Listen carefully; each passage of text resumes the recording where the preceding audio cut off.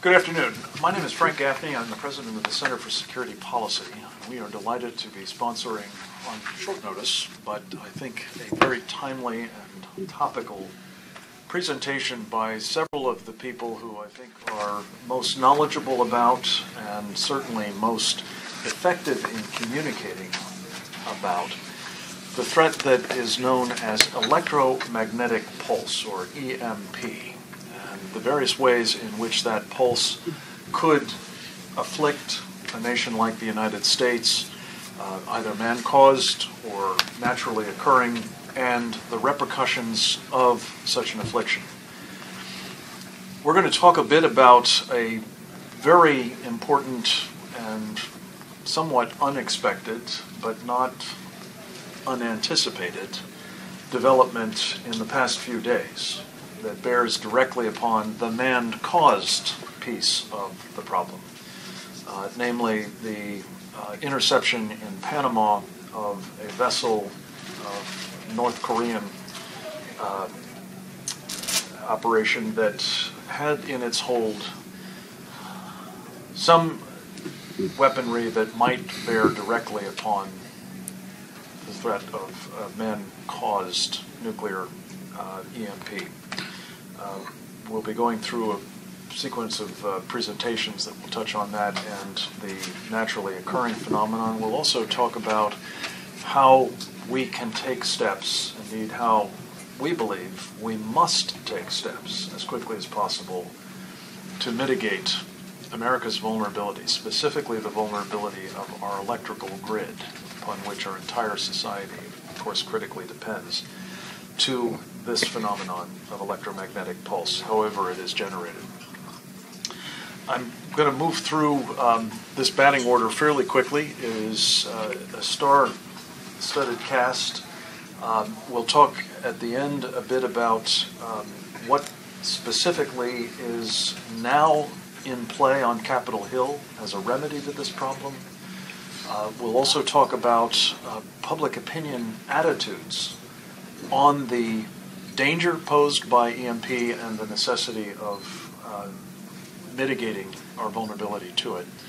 And then finally, we'll announce the formation of a new coalition to try to help ensure that these corrective actions are taken and taken as a matter of urgency, as we believe is appropriate.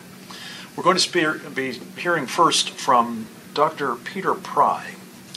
Dr. Pry has a history of deep knowledge on matters involving nuclear and EMP-related threats.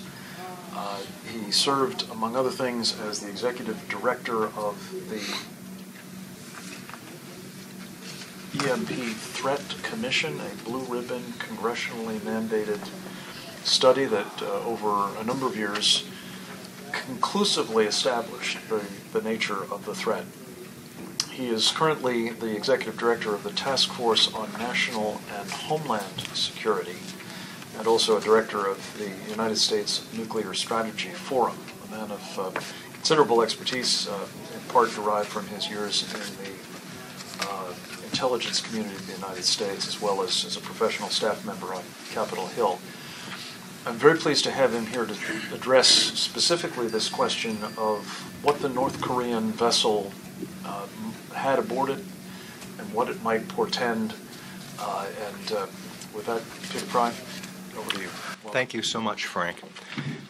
One of the nightmare scenarios the Congressional EMP Commission had was the possibility of a rogue state or terrorist group, and they specifically considered both Iran and North Korea when examining this threat, making an EMP attack against the United States by launching a primitive missile off of a freighter near the U.S. coast. What is an electromagnetic pulse?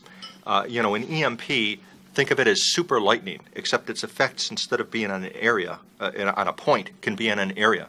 When you detonate a nuclear weapon at high altitude, at 30 kilometers or more, it generates a super energetic radio wave that will destroy electronics potentially across a continental-sized area if the altitude is high enough. But even at the relatively lower altitudes, it basically can cause massive destruction of the electric grid and all the critical infrastructures that depend upon that. The communications, transportation, food, and water, the things that sustain our modern civilization and life itself, would collapse in the aftermath of an EMP nuclear attack. This can also be caused by the sun, by a solar flare that can generate something very similar to a nuclear EMP. Now, why are we here today? Because of our particular concerns about the North Korean freighter that was intercepted in Panama, the Chong Gang. You know, this North Korean flag freighter with a North Korean crew, which resisted the boarding of it by the Panamanian authorities, and the captain attempted suicide rather than being boarded on preliminary examination, and the whole vessel hasn't been examined yet. They've only examined one cargo hold, 20%, and have already found 2 SA-2 missiles. These are admittedly old surface-to-air missiles, but they were designed to carry both conventional and nuclear warheads. They also are high-altitude missiles. They were used back in the 60s to take down Gary Francis Powers during the U-2 incident. They can reach an altitude of 20 to 35 kilometers, so they can reach the altitude for an EMP attack. They've got a slant range of about 40 miles, which means you could take a missile like this, put it in a freighter, stand off the coast, outside of our international territorial waters, and put an EMP attack over some place like New York City or Baltimore. The area of effect would reach 60 miles inland and probably collapse the eastern electric grid, which generates 70% of the electric power of the United States, which would have catastrophic consequences. The Congressional EMP Commission estimated that an attack like this, given our current state of unpreparedness, could kill up to 90% of the American population within a year from starvation, disease, and societal collapse. It's basically a high-tech means of killing people the old-fashioned way. Now, none of us are alleging that the purpose of the North Korean freighter was to do an EMP attack, or even that they were practicing this. In fact, they probably weren't. But it's extremely disturbing to find that we didn't even know that a freighter of a rogue state like North Korea actually had nuclear-capable missiles in its hold, 2 of them. And there were other dismantled parts within that hold, and we didn't even know about it.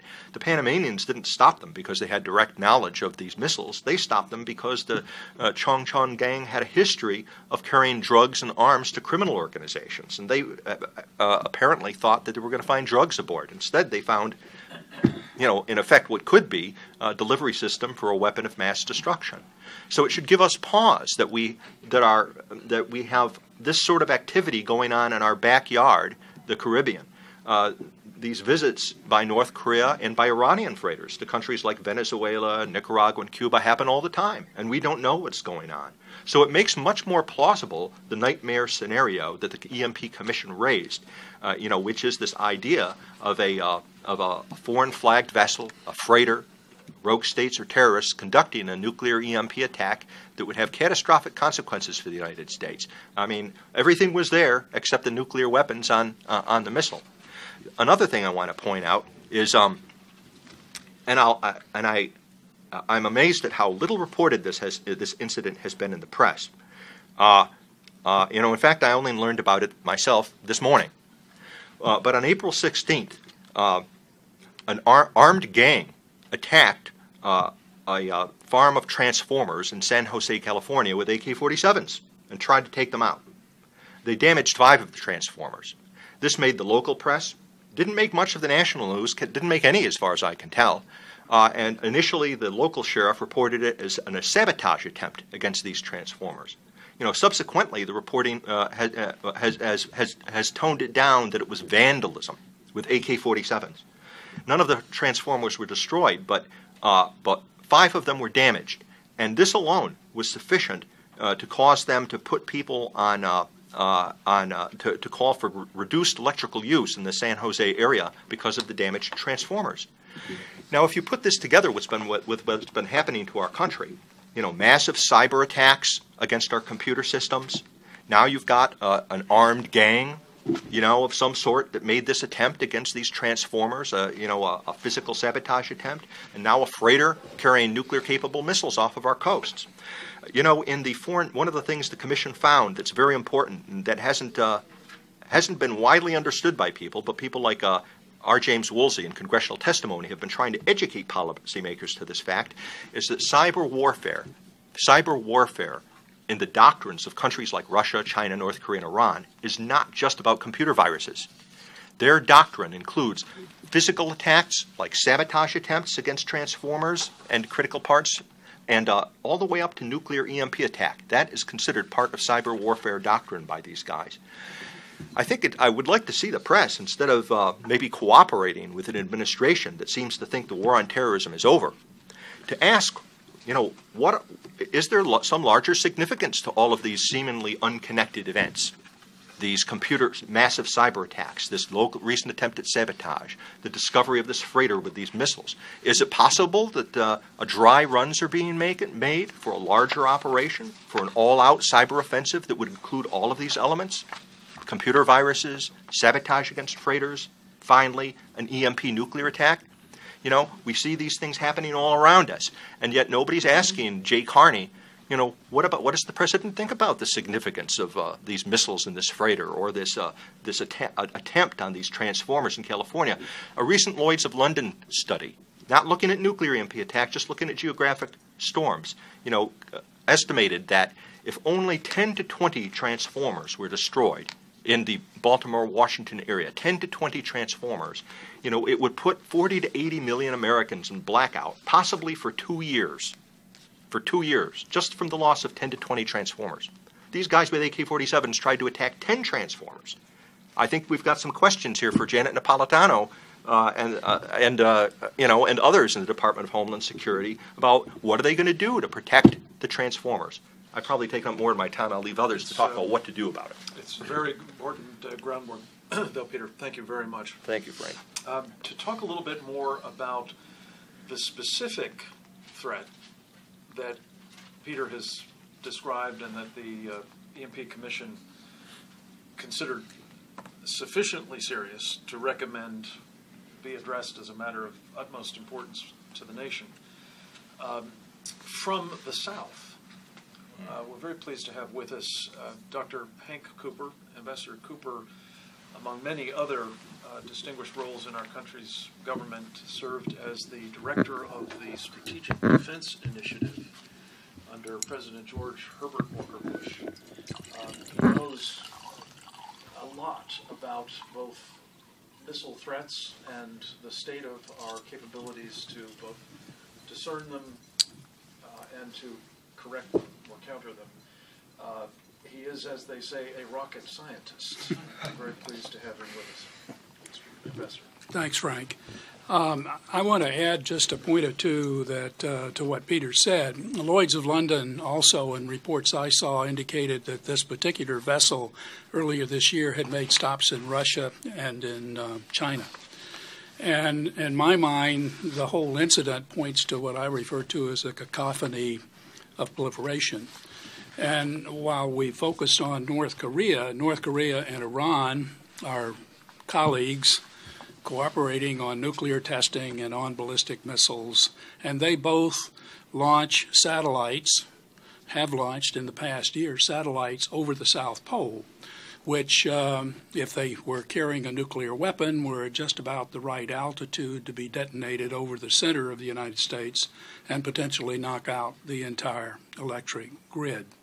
So in the case of North Korea, perhaps our historic approach to things might deter them. Some might argue that. But in the case of Iran, we know they're ideologically committed to not only the destruction of Israel, the little Satan, but also the United States, the great Satan.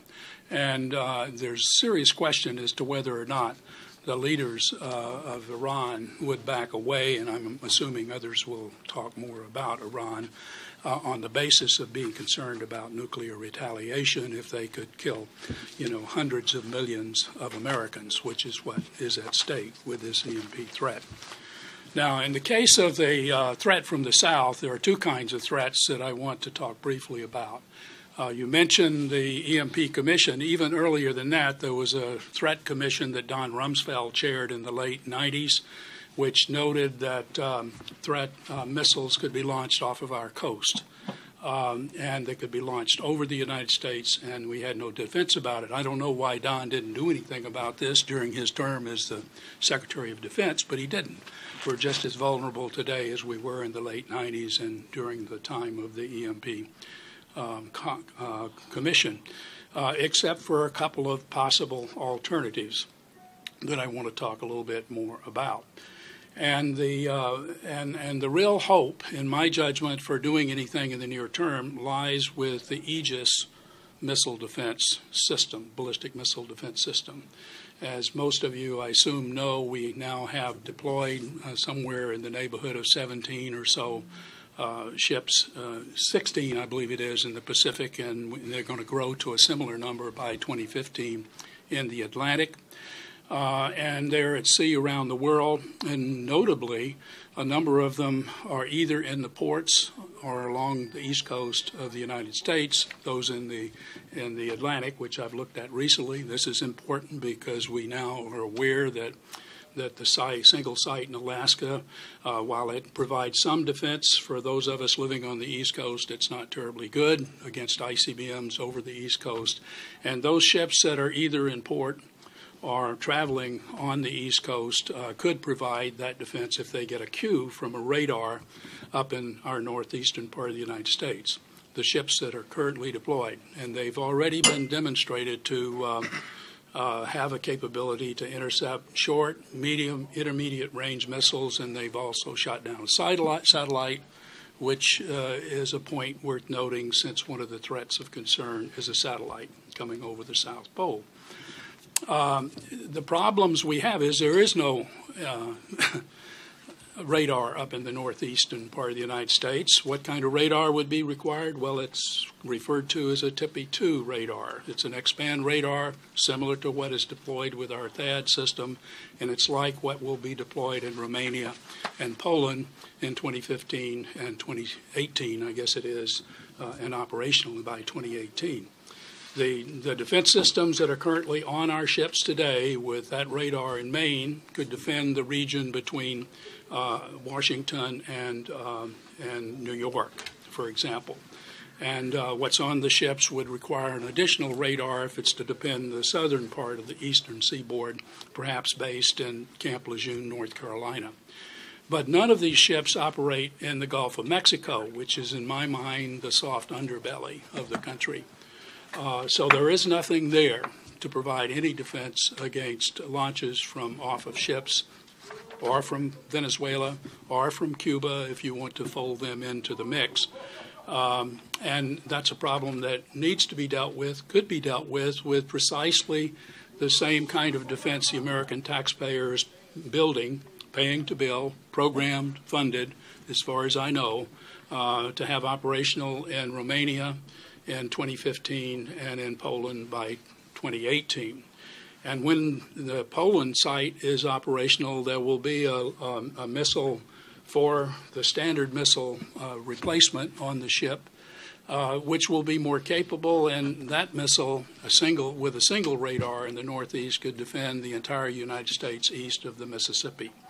If we spend the right kind of money on building a lightweight kill vehicle, you could defend the entire United States from ships off our coast. How possible is this? Many people say you can't do that because the Navy won't stand for picket ships. Last year, on an average day, if you go look through the data, we had 2 ships on the East Coast on an average day, and something between 3 and 6 ships either in port or in maintenance cycle. Those numbers will go up in the coming months because of the modernization cycle that's underway.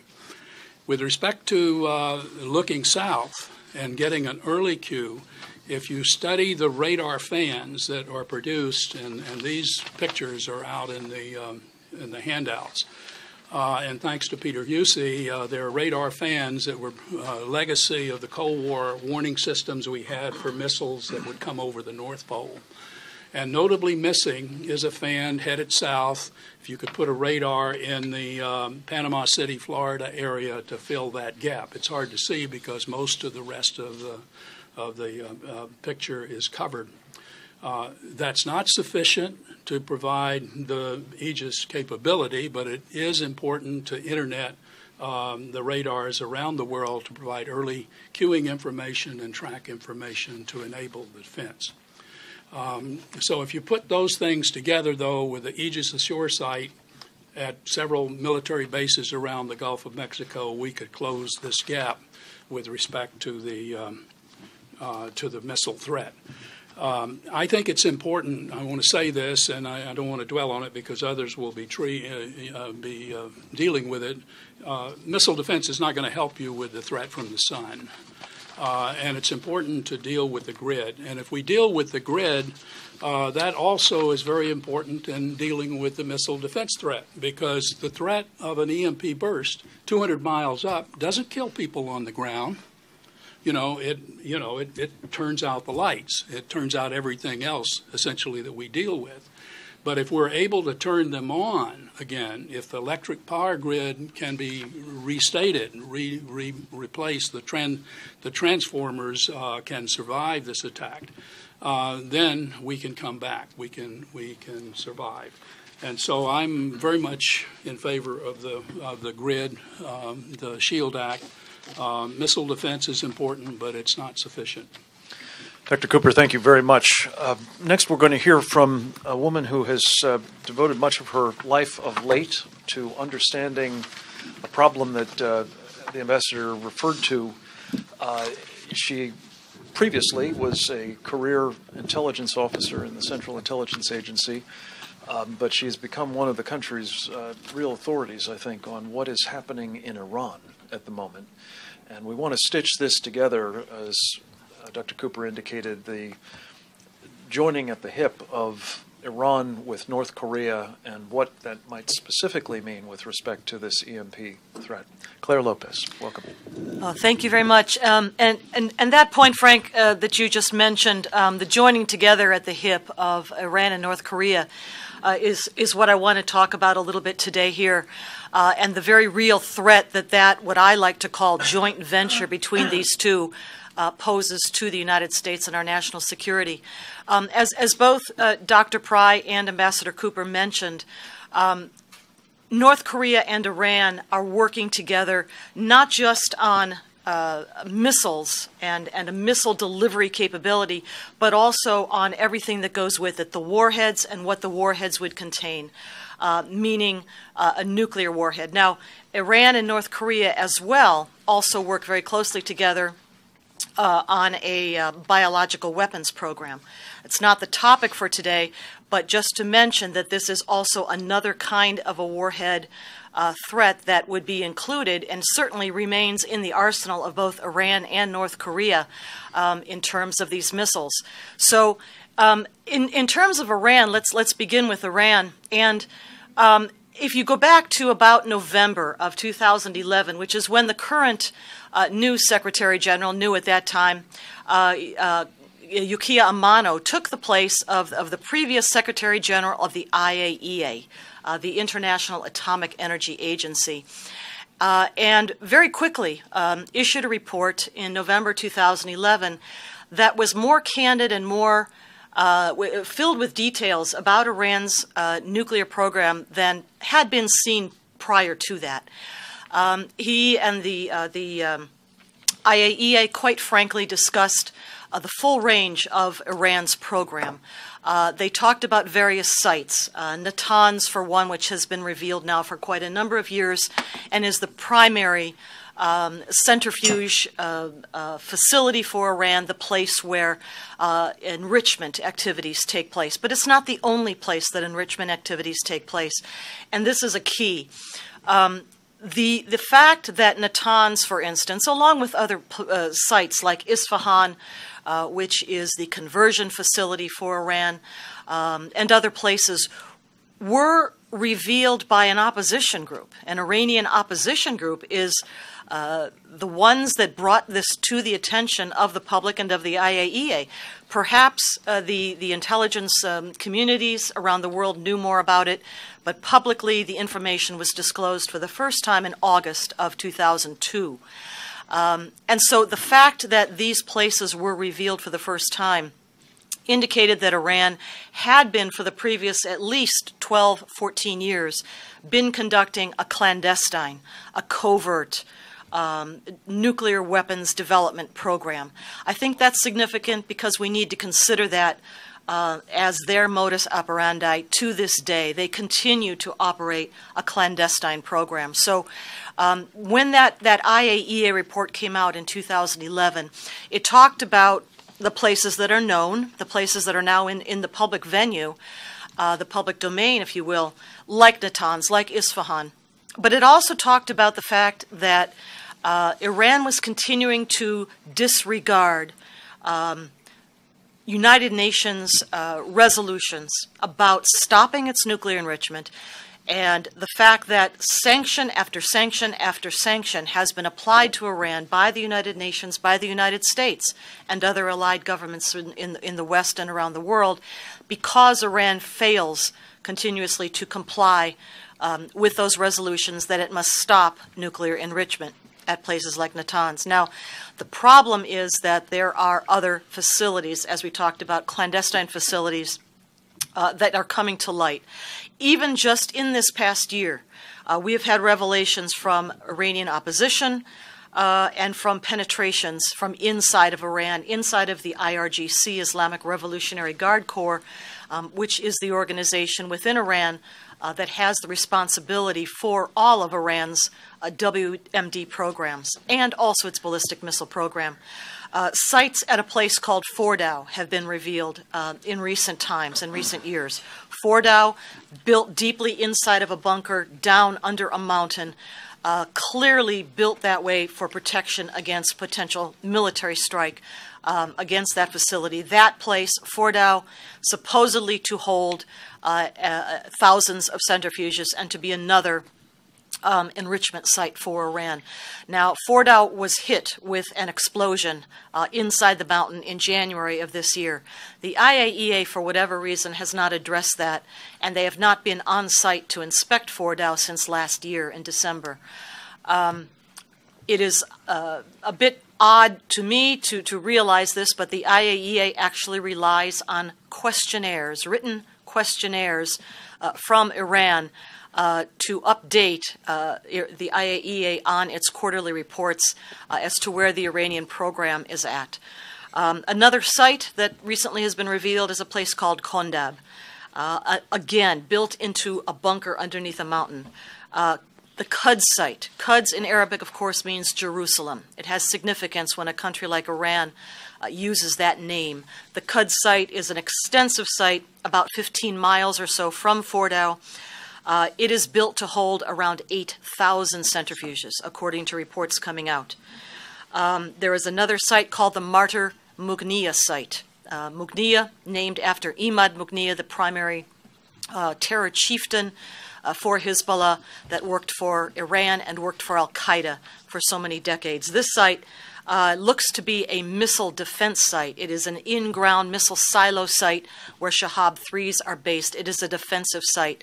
And what it is protecting is not yet clear, but the Iranians are very clearly protecting these different nuclear weapons facility sites. Now, the other point about the IAEA reports that I want to mention is that it talks about other ongoing activities in addition to enrichment at sites like these. It's talking about the development of nuclear warheads, talking about fitting a warhead to the nose cone of a missile. This is probably the last and the most, maybe not the most difficult, but one of the last most difficult steps in actually weaponizing a missile and a warhead, marrying them together. This kind of activity has been reported by the IAEA to be going on in some of the Iranian sites. So these are the kinds of things that we're seeing in the IAEA reports, which are available online and freely available to look at.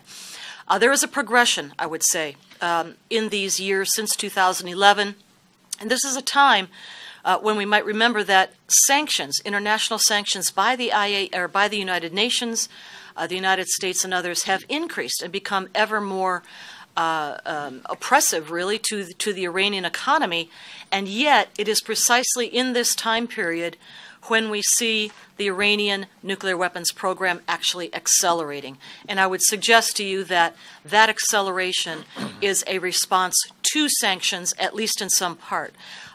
Believing that the sanctions would become more onerous, more difficult for the economy, I think it is probably human nature that the Iranian regime doubles down and speeds up to get to wherever it intends to go with its nuclear weapons program, and that is what we're seeing as an outcome, I think, of these sanctions. Last mention quickly about Iran's missile program, because this is so closely tied to the North Koreans. Iran is advancing with North Korean assistance and both its range and its accuracy. It has multi-stage missiles. It has also missiles that have moved on from liquid fuel propellant to solid rocket fuel propellant, which also not only assists in the range, but it also assists in the disguising of an attempt at a launch, because you can more quickly load a missile with solid rocket fuel propellant at the last minute, whereas liquid fueling takes longer and is more exposed in the open for a longer period of time. The Shahab-3 missile series certainly is expanding in its capability and range. The Sijil is an outgrowth of the Shahab-3 missile. It uses solid fuel rocket propellant, currently with a range, reported range anyway, of 2,000 kilometers, as with the Shahab-3 missile too.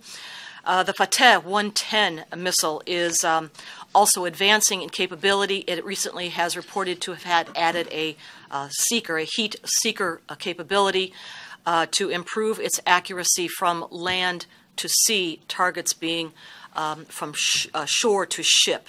These, by the way, were the missiles reportedly taken out in an Israeli strike near the Syrian border not long ago, earlier this year in 2013. In any case, then, all of these missiles and others being worked together between Iran and North Korea, the capability is advancing. Why does Iran need 2,000 kilometer and above intercontinental ballistic missile, which the Pentagon's new annual report on Iranian capabilities recently again came out this year, as with last year's report, saying that by 2015, Iran's ICBMs, intercontinental ballistic missiles, will have the capability of reaching the United States. Why does Iran need that capability? It already covers, its missile capability covers the entire Middle East. So I will close with that and talk then, just leave you with the last thought that the Iranian and North Korean partnership is accelerating the capabilities in both nuclear warhead and in missile delivery systems. This is a very dangerous development that needs to be monitored. Claire Lopez, thank you very much.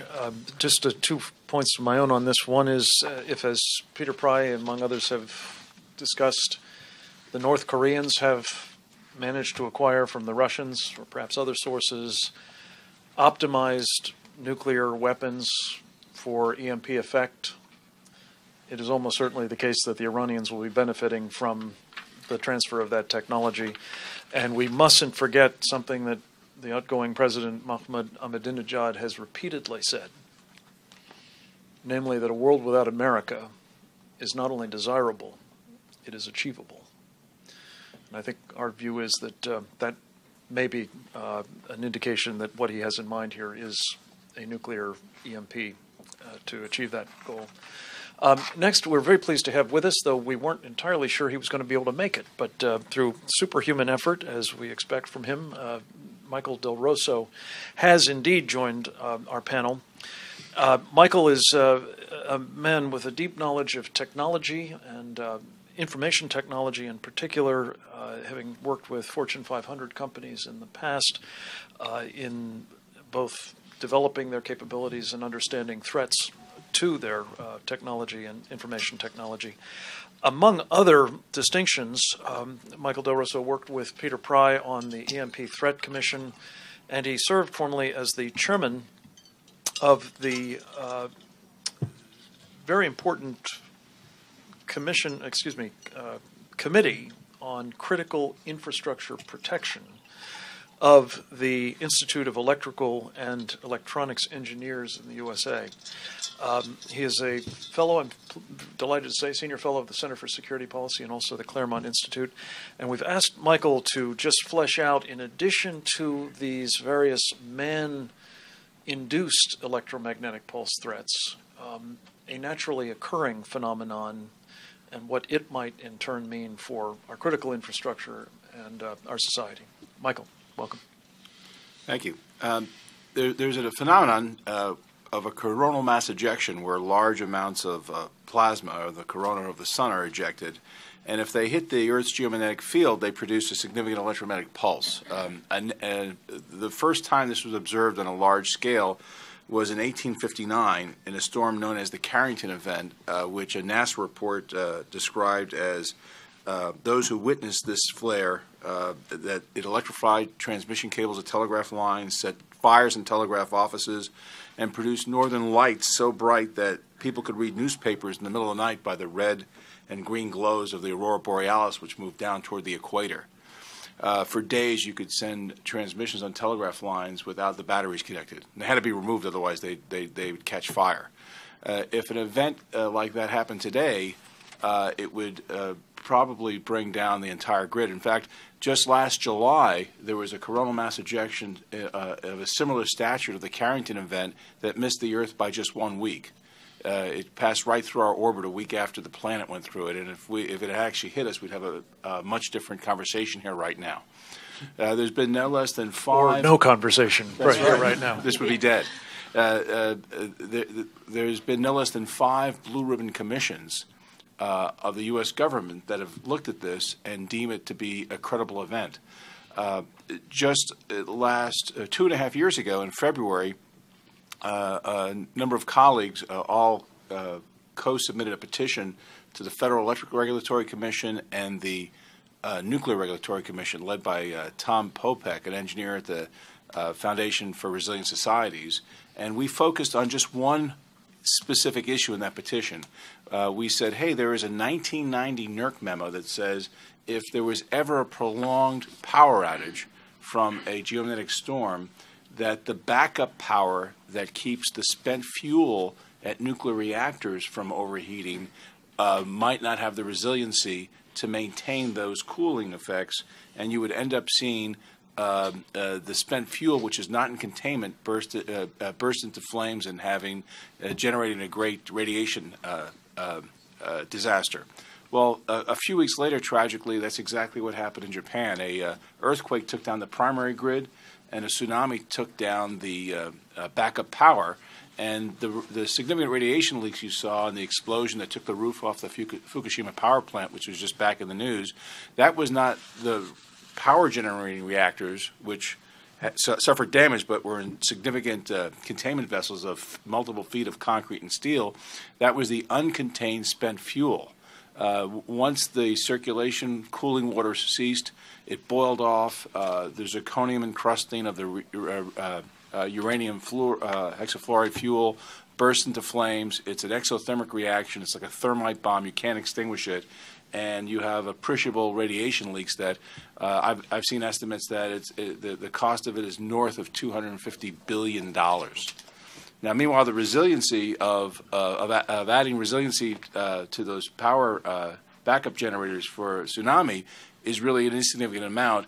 And in fact, there's monuments throughout Japan on hillsides that are centuries old that warn, don't build houses lower than this. So with a little prudence, someone might have said, perhaps we should make these a bit more resilient. Likewise, if there was ever an appreciable outage, which a geomagnetic storm would produce, you'd have a very critical situation at the 60 or so sites where the spent fuel from the 104 operational nuclear reactors are currently stored without containment in the United States. The cost estimates, there was a National Academy of Science study, and it was looking at the effects of a geomagnetic storm that was 1/10 of a Carrington event, which the last time one occurred was 154 years ago. And by the way, they think the period of occurrence of this is anywhere from 150 to up to 300 or 500 years. So we're actually in the window where the best science available says you run a probability of about 1% a year of having a similar event. Well, they looked at a 1921 geomagnetic storm for which we have more data. that at the time took down all the electric switching systems of the Penn Central Railroad, amongst other things. And they felt that, in their estimates, that you would have an expense of up to $2 trillion in the first year alone to remediate the damage and that would be caused by this. And you'd have prolonged outages from 4 to 10 years. And you'd have many millions of people, tens of millions of people without power. And needless to say, you cannot have tens or hundreds of millions of people without power for an extended period of time without expecting millions of deaths. In fact, when Dr. Graham testified, he was the commissioner of the chairman of the EMP Commission, and in fact was President Ronald Reagan's science advisor.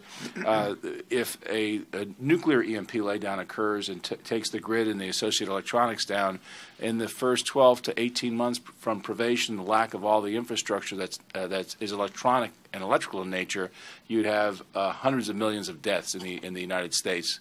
Because you wouldn't be able to sustain the population. So, in the short run, just a threat from a geomagnetic storm, which can occur tomorrow, which it's not based on any human intent. It's just a fact of nature, and as I said, no less than 5 official government studies say it's a probable event. And in fact, the recent Lloyd's of London study, independent, said that it's almost inevitable, and that the outages would be substantial, take years to repair. Now, one of the things to note, too, is that the reason why it would cause such damage is because there's a North American bulk transmission system across the United States that has from 500 to 1,000, however you want to categorize them, large transformers.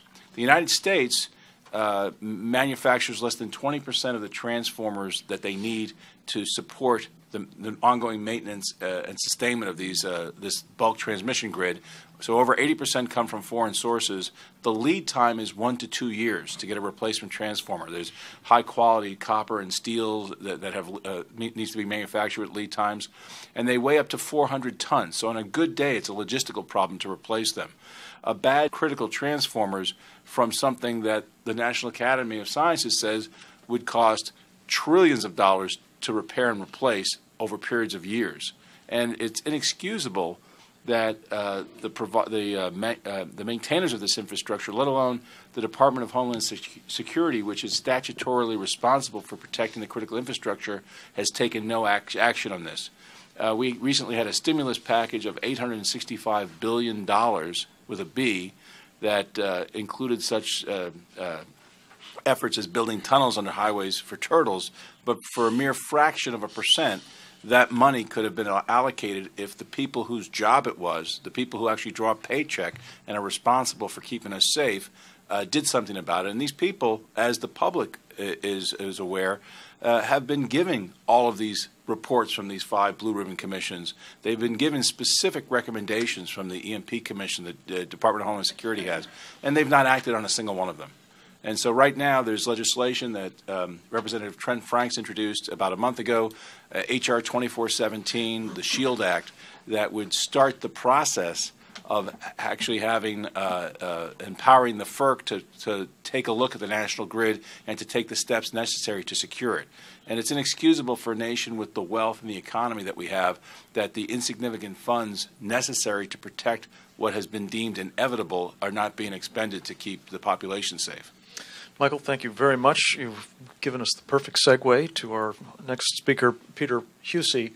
Peter is one of this city's preeminent national security thought leaders and networkers. He convenes with great regularity events featuring those who are really at the cutting edge of the national security policy debate in government functions around this town and from elsewhere around the world.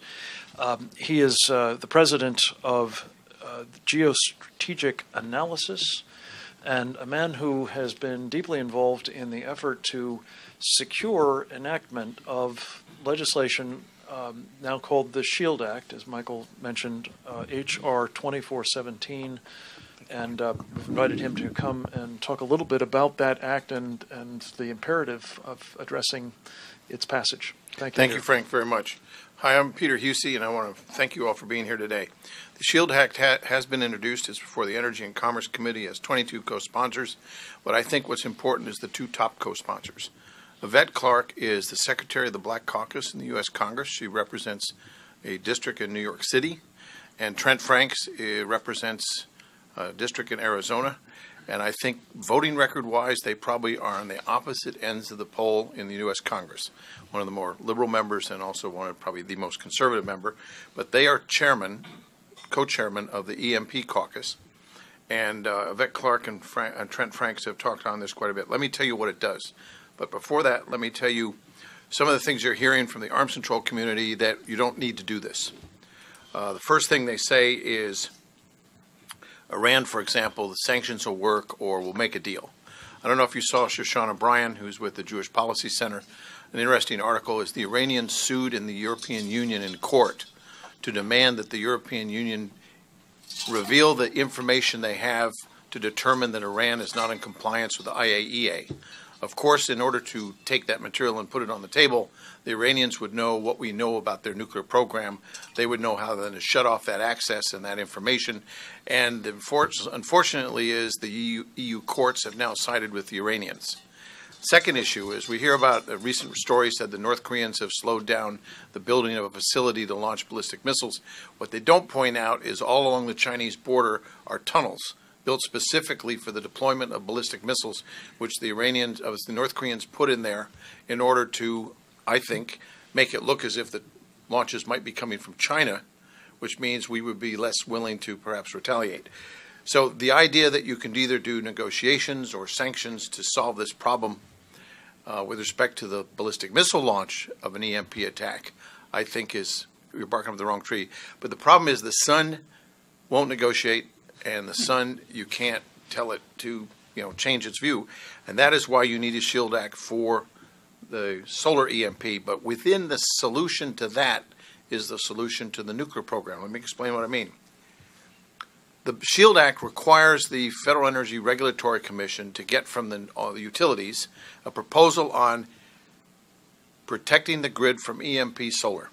It cannot be a protection that just means we're going to change the way we run things. It has to be a technology insertion, because that's the only way you're going to deal with the EMP solar effects that actually happen every day. They're just not as bad as you may think of the Carrington effect, or one that back in the 1800s. So every day they get hit, and FERC will get that proposal from the electrical grid, and then FERC will say either yes or no or amend it. And they can amend it and change it and send it back to NERC and say this is what you have to do. And as I said, the key is it has to be a technology insertion. Now, as my colleague just mentioned, there are a number of vendors that have developed a technology to deal with this, and one of them sent the material out. It's the size of a semi 18-wheeler. Sent it out to the Idaho National Lab, and they used their money, and DTRA, the Defense Threat Reduction Agency, also used their money. And for $2 million, they did a test last October. They found out not only does the gizmo, as I call it, work and work well, instead of protecting one transformer, it will protect up to 4 transformers in a cluster. Even though all transformers are not in a cluster, if you take the $200,000 cost for the largest gizmo and apply that to the 3,000 to 5,000 total transformers you have in America, you're coming out to a cost of roughly, I average around $600 million one-time cost. Now, this is the key. The government doesn't have to spend any money, don't have to increase rates, don't have to go to the public utility commissions. The fact is that every day the utilities have to pay for EMP because they have to power down the utilities when they get the solar flux that comes on them every day. When we first asked NERC, we said, what do you spend every year on buying energy at the margin because your conditional sources you have to power down? They said millions of dollars. We said, how much? And after a while, they said at least a couple $100 million a year. Now, they sell $400+ billion worth of electricity a year. So a couple $100 million is a lot of money for you and I, but for the utility industry, it's kind of below the 1% level. But if you can save every year $100 to $200 million, in electricity generation costs and use that money to pay for, let's say, $600 million, that means in 3 years, investors could get 33% a year return on their investment, which I don't know anybody in America and Wall Street who wouldn't say, I'll issue $10,000 bonds, pay for it, redo it, and then what happens after 3 years? You use that money to pay for the additional gizmos you need to protect against nuclear EMP, which will cost you probably, as Peter Price pointed out and the EMP Commission has put out in his own book, is probably in the $1 to $2 billion thing, which means over 5 to 10 years you pay for that. The bill is passed unanimously, I believe it was 2 years ago, in the House. Not a single no vote. The problem in the Senate was the view between some members said FERC has the capability to go order the utilities to do this already, and others saying that no, you should put it in the cyber bill, and once you put it in the cyber bill, as you know, the cyber bill didn't go anywhere because of some difficulties. So as Trent Franks has said, we need to have a separate bill. We need to pass it, and as my colleague said, it is unconscionable that even if you put this in the rate base, you're talking about 12 cents per person per year, one time, to pay for a fix with respect to solar EMP. If you do nuclear, multiply by 4, 50 cents per person per year for 1 year to fix this. And a lot of people say that those of us in this business, gin up problems in order to make money. As I pointed out, you can do this and not have the government pay 1 nickel, not have ratepayers pay 1 nickel, not have the utilities have to spend any money, but investors who would protect our national security, do this in a quick period of time with American technology that is now available, and protect us from a very serious problem. Thanks.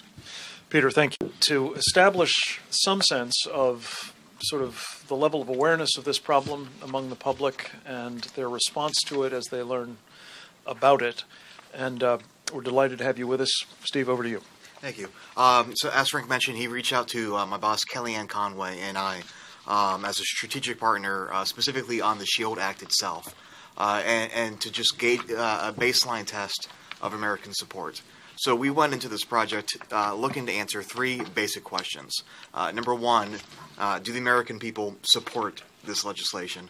Number 2, can the American people understand what the SHIELD Act would do and an EMP attack? And question 3, do the American people care about this at all? And I'm very pleased to announce that the answer to all 3 of those questions is a very affirmative yes. We started out asking a simplified version of what the SHIELD Act would do.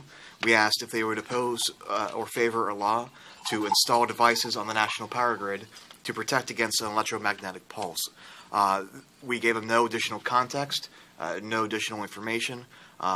This resembles the type of description that you might hear on the local news or read about in the newspaper when discussing this issue. We got 48% in support of this legislation, only 29% opposed, an additional 23% who admitted that they just couldn't form an opinion and didn't know. But that 48% is very significant. It's nearly majority. Certainly it's a strong plurality of support with very little to go on that Americans are behind this. Importantly, as mentioned, Yvette Clarke and Trent Franks are the 2 main co-sponsors of this legislation, and fittingly, we found that both Republicans and Democrats, a majority of each, support this bill nationwide. Independents actually were the ones who were the least in favor of it, at least initially. We gave them more detail. We gave them a brief description that went more into what the devices would do and what an EMP attack might look like, and just a brief, a toe in the water of the consequences of an EMP attack, and giving them just a minimal amount of description, maybe 2.5 sentences at most. Support for the SHIELD Act rose from 48 to 70% among all Americans. It obviously increased in all 3 parties. Republicans, Democrats, and Independents, but it moved Independents from initially opposing the SHIELD Act to supporting with nearly 60% support, and then Republicans and Democrats each way above 70% support. And that tells us, as pollsters, we don't do a lot of issues that have equal support on both the left and the right, which leads to the conclusion that this is not a left to right issue. In fact, this is not a political partisan issue. It's a national security issue. We would up here say a necessity, and the American people agree with that. 70% is a very large, supermajority of Americans who support this. More importantly, at least in my opinion, is the amount of people who say that they don't know. As I mentioned in the first question, we gave them very little context, and 23% said don't know. We gave them just a little bit more of information. A paragraph at most, some would classify it as less than a paragraph. The amount of people who said that they don't know drops from 23% to 8%. With just a little bit amount of information, 92% of Americans formed an opinion on this issue. And I think that's very telling when you hear some people may say that this is a debate that can only happen in the halls of Congress or in the halls of state legislatures across the country. I very much believe that this is a debate that can and should happen nationwide, directly with the American people and the voters and citizens of this country. It is certainly an issue that could potentially impact everybody. Finally, giving them the information that we did, gauging their support on it, we asked them to rate on a scale of 1 to 10 how important that they believe it is that Congress take action on this issue. Also very pleased to announce that the mean out of a scale of 1 to 10 was 7.2.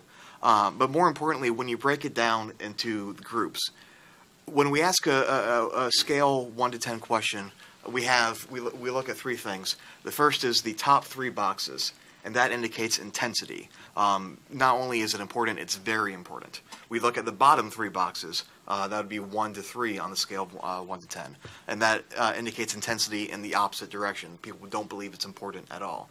And then finally, in the middle group is just right there in the middle. What we did is we took the top three boxes for intensity, very important. Then we looked at everything 5 and over.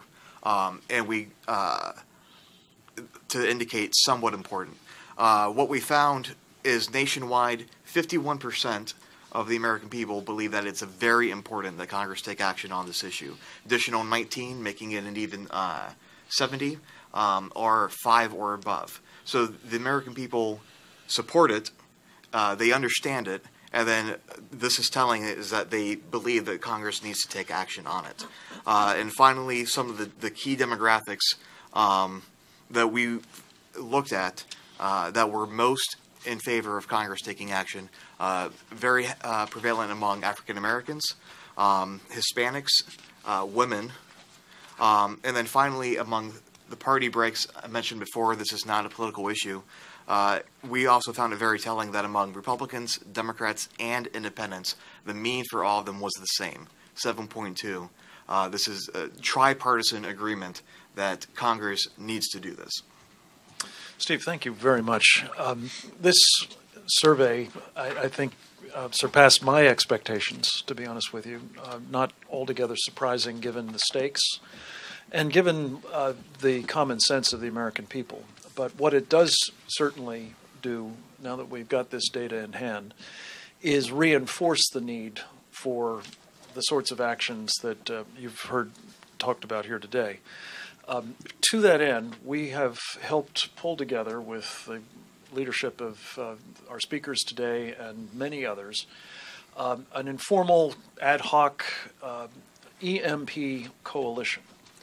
And I'm very pleased to announce that it has now as its 2 honorary co-chairmen, former House Speaker Newt Gingrich and former Director of Central Intelligence Jim Woolsey, reflecting, as does this data, the bipartisanship or tripartisanship, if you will, that I think needs to be brought to bear in connection with this threat. Because if the lights go out, if the critical infrastructure fails, if the casualties are as we believe they must be, given our dependence as a society on electricity, it won't matter whether you're Republican or Democrat or independent or a non-voter. you will be adversely affected, probably in the extreme. The purpose of this coalition, and we have just the first founding members of it listed here in a handout for you. I anticipate we will have many more over the next few weeks as we build out this effort to build on the great work that has been done by some of the organizations represented here and individuals like them elsewhere who are already hard at work on the various aspects of this challenge, identifying the threat, man-caused and naturally occurring, raising awareness about it, identifying the steps that could mitigate it, promoting the corrective actions that will make those steps practical and adopted, and not least, of course, doing that with all of the various, as they are fond of calling it here in Washington, stakeholders at the government level, among the media, among the public at large. And to do so in a way that actually will translate not into yet another study, not into further extended, even sometimes it seems endless, certainly inconclusive debate, but actually the necessary steps to correct especially the critical vulnerabilities, the yawning vulnerabilities that several of our colleagues have talked about with respect to the very backbone of our electrical grid, the transformers. So watch this space for more. I would commend to you, if you'd like more information right away on any of the issues that we've talked about. Several of our partner organizations under the coalition have got some terrific resources. I would include among them Impact America. Their website is impactamerica.org, .com, probably .org too. The Electric Infrastructure Security Council, which is at eiscouncil.org. High Frontier, Hank Cooper's terrific organization. The Center's securefreedom.org is another that we would commend to you to both learn more, to be equipped with the necessary information to help extend the universe of people who are aware of this problem and to enlist them in the corrective actions that are needed. We need your help. We would welcome it, and needless to say, the time is at hand where it needs to be brought to bear.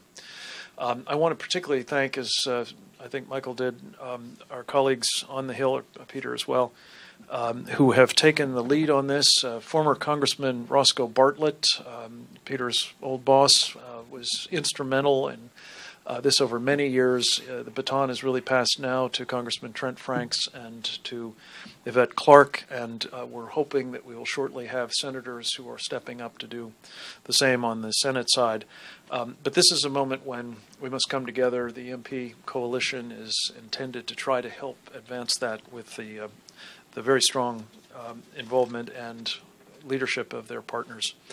Let me just close by noting that our next important event in this continuing effort to elevate the EMP issue will be featuring Jim Woolsey, honorary co-chairman of the coalition, and Dr. Peter Pry, where they will be speaking at the American Center for Democracy at 600 Pennsylvania Avenue on the 29th of this month at 6 o'clock? 5 o'clock.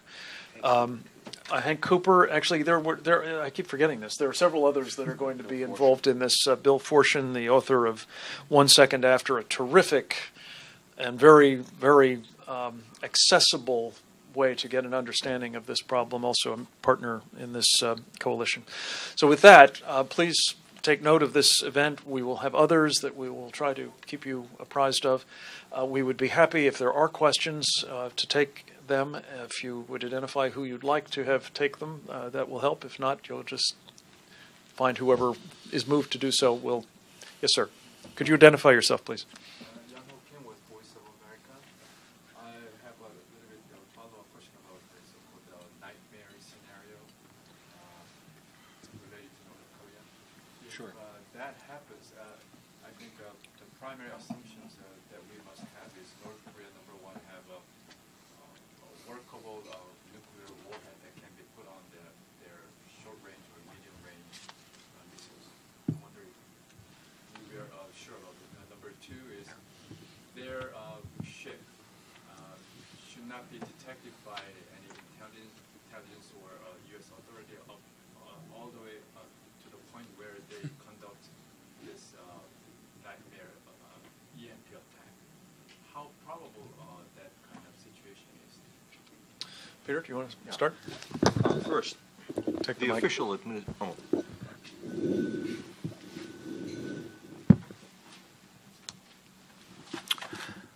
The administration's official assessment is that North Korea does not yet have nuclear missile warheads. In this respect, however, it's at variance with its own Pentagon Defense Intelligence Agency assessment, which is that the Nodong medium-range ballistic missile currently is armed with nuclear warheads. This is a medium-range missile, not just a short-range missile. Moreover, the Congressional EMP Commission, and I think that may be a conservative, cautious estimate. The Congressional EMP Commission on which I served assessed that they probably had what Frank had referred to earlier as super EMP warheads, because we were demarched by Russian generals when the commission was meeting to warn that technology had leaked from Russia to North Korea to develop these enhanced EMP weapons. These weapons are nuclear weapons of special design. They're not designed to make a big explosion. They're designed to produce gamma rays. And so their characteristic is that they have a very low yield. Mind you, North Korea has conducted 3 nuclear tests already, and all of those tests are consistent with the design of a super EMP warhead. All of them had extremely low yields. All the yields, in fact, were less than 10 kilotons, on the order of just a few kilotons, which is, again, consistent with a weapon of a very low yield. The nominal yield that you would normally get from a first-generation nuclear weapon would be 10 or 20 kilotons. It's actually harder to build a nuclear weapon that produces these very low yields, and to do it right off the bat. So, moreover, there was testimony, or independently of the EMP Commission, subsequent to our analysis, South Korean military intelligence came to the same conclusion, that Russians were in North Korea helping them develop super EMP weapons. And then in 2012, last year, a Chinese military commentator said North Korea has super EMP warheads. The reason I emphasize that so much is the super EMP warhead is a even much greater threat than just the normal nuclear weapon of conventional design. But more than that, one of the characteristics of a super EMP warhead is that they're very light. Their design is very small. They would resemble in design a neutron bomb, for example. And in the Cold War, the United States built a neutron warhead, a W-84, that weighed less than 50 kilograms. Now, the so-called space launch vehicle that North Korea tested in December 2012 delivered a satellite weighing over 200 kilograms. So if they have a super EMP warhead, that means that it's not 2015 that we're looking at a threat to the United States from a nuclear attack, a nuclear EMP attack from North Korea, that they could do it right now. They could do it right now by means of their space launch vehicle, and they could do it the way Ambassador Cooper was warning, by coming from the south. The design of this so-called space launch vehicle actually closely resembles another Russian secret weapon, which was called a fractional orbital bombardment system. It's basically an ICBM disguised to look like a space launch vehicle that has unlimited range, because it could, in the case of what the Russians were planning to do in the Cold War, was deliver a warhead like a satellite, putting it on a southward orbit that would pass over the South Pole, and then approach the United States from the south, and then do an EMP detonation over us when it hit us from that direction. Why the south? Because we don't have any ballistic missile early warning radars or interceptors facing south. We're blind and defenseless from that direction. That's what they planned to do in the Cold War. And then when the North Koreans launched their missile in December, their space launch vehicle in December, it practiced that very orbit, going over the South Pole, approaching the United States from the south, though they were careful not to orbit the satellite over U.S. territory. Iran has done the same thing. Those North Korean technicians that are in Iran, they help the Iranians build their space launch vehicle. They're helping the Iranians develop their space launch center. They've conducted 3 launches exactly like that. And those satellites, by the way, both the North Korean satellites and the Iranian satellites, all were orbited at an altitude that is consistent with placing an electromagnetic field over all 48 contiguous United States. If that was a warhead and not a satellite, and it detonated at the altitude on the trajectory that all 4 of those satellites were launched on, it could put an EMP field over the whole United States. So there is evidence too. And one last thing, when it comes to these assessments, well, who should we believe? The administration? How close are the North Koreans to a nuclear warhead threat? Former CIA Director Woolsey, back in January 1994, testified then to the Senate Armed Services Committee that North Korea already had nuclear weapons in 1994. That was 19 years ago. They've been working on their nuclear weapons, perfecting them, developing them ever since. What does it take? 19 years. What could they be building for 19 years, to improve those first nuclear weapons they came up with in 1994? Have this in mind as a metric. The first nuclear weapons ever built were built by the United States in the Manhattan Project. It took us 3 years to build 2 nuclear weapons of completely different design when it was just a theoretical possibility and no one would even know it would work. 3 years using 1930s and 1940s era technology. What could North Korea do using 21st century technology with help from Russia, China, other countries? 19 years. Thank you. Claire? I wanted to add very quickly in terms of, and even more simple, and in terms of the proximity and the simplicity of delivering such a weapon possibly to the United States. Think about the very close relationship that Iran has developed together with Venezuela, among other countries in South America, but Venezuela in particular being the northernmost country of South America. There are reports that the IRGC, the Islamic Revolutionary Guard Corps of Iran, has been already building a missile in-ground silo missile site on the northern Paraguay Peninsula of Venezuela.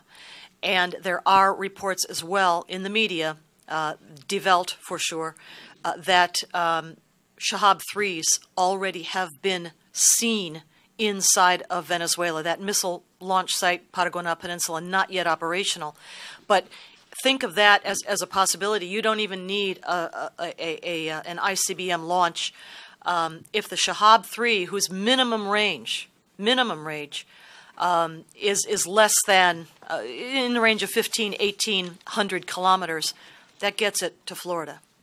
And that's just its minimum range. Yeah. Hank, would you speak, if you can, to the second question, which was how probable is it we wouldn't see this coming?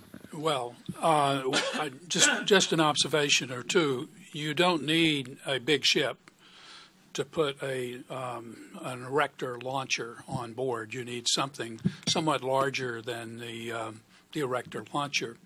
You were talking about a short or a medium-range missile.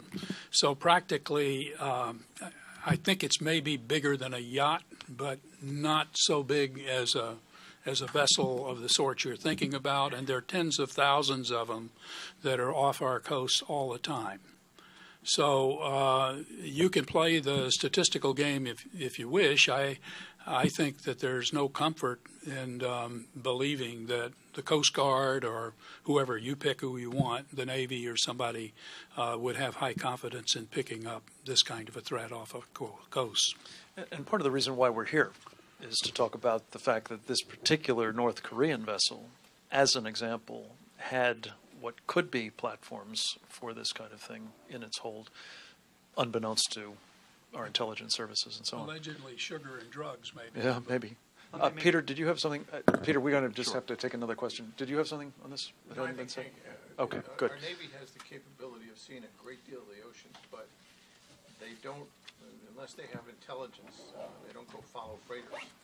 And there are thousands of them out there in the ocean. They generally follow a normal pattern. You'd have to be very close because they could launch the thing and sink it. And the jihadis could go get 72 mermaids and they'd be perfectly happy. Or at least dead. Any other questions? Well, one more thing, just to say on that, a container ship is optimum for this because a container can be the erector launcher. Ask someone how many container ships go up and down our East Coast and into the Gulf of Mexico, and you get some idea of the numbers. And if I'm not mistaken, Ambassador Cooper, the Russians are marketing a market launcher system in a container. Is that right? They do, Yeah, indeed. it's called the K Club container missile launch. system, and it's already being sold by the Russians. Any other questions? Yes, sir.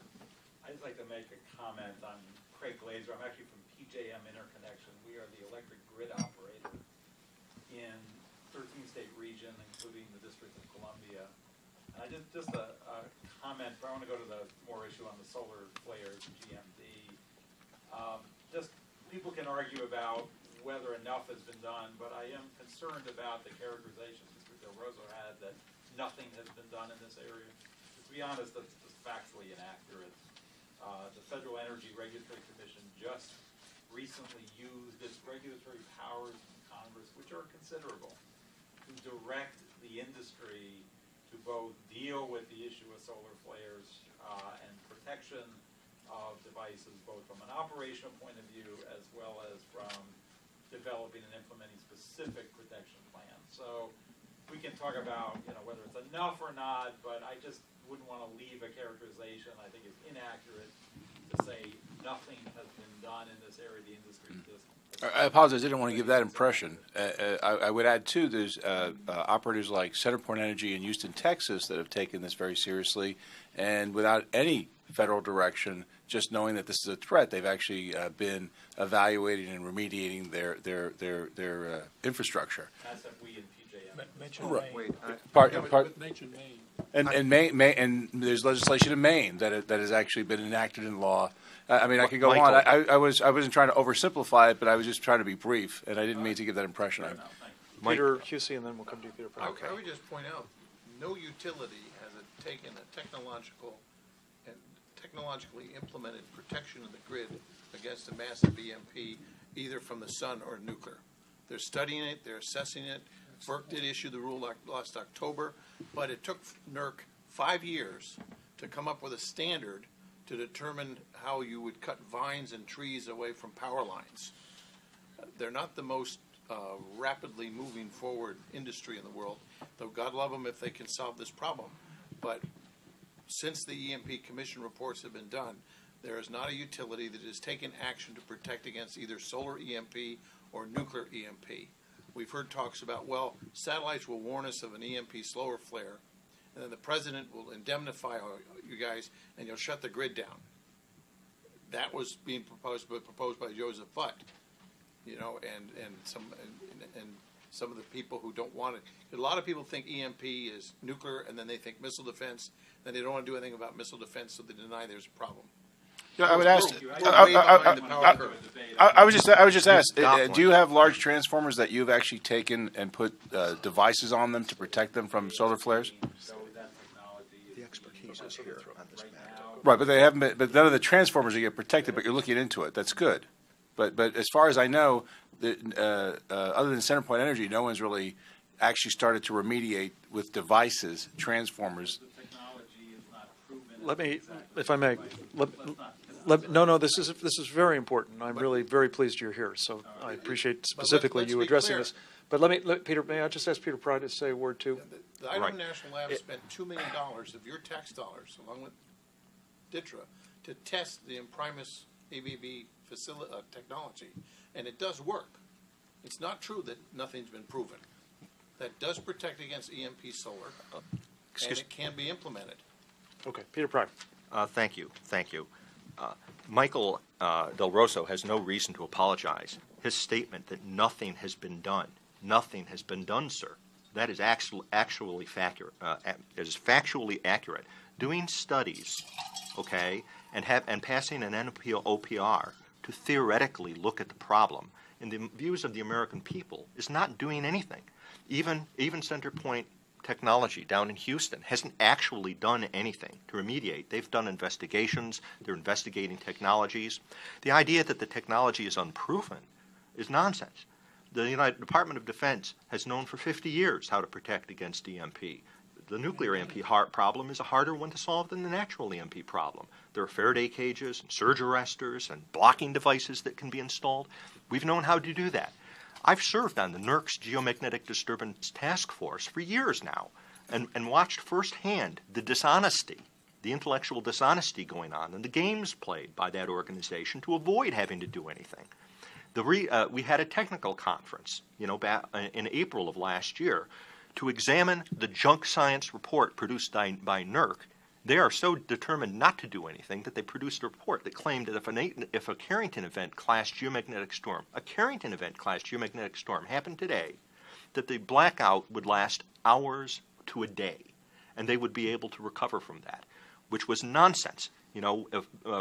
Numerous studies were done by my organization as well as others, and we put this to the test in front of the FERC, and they lost the debate. That's why the NOPR went out, because NERC tried to avoid doing anything about it.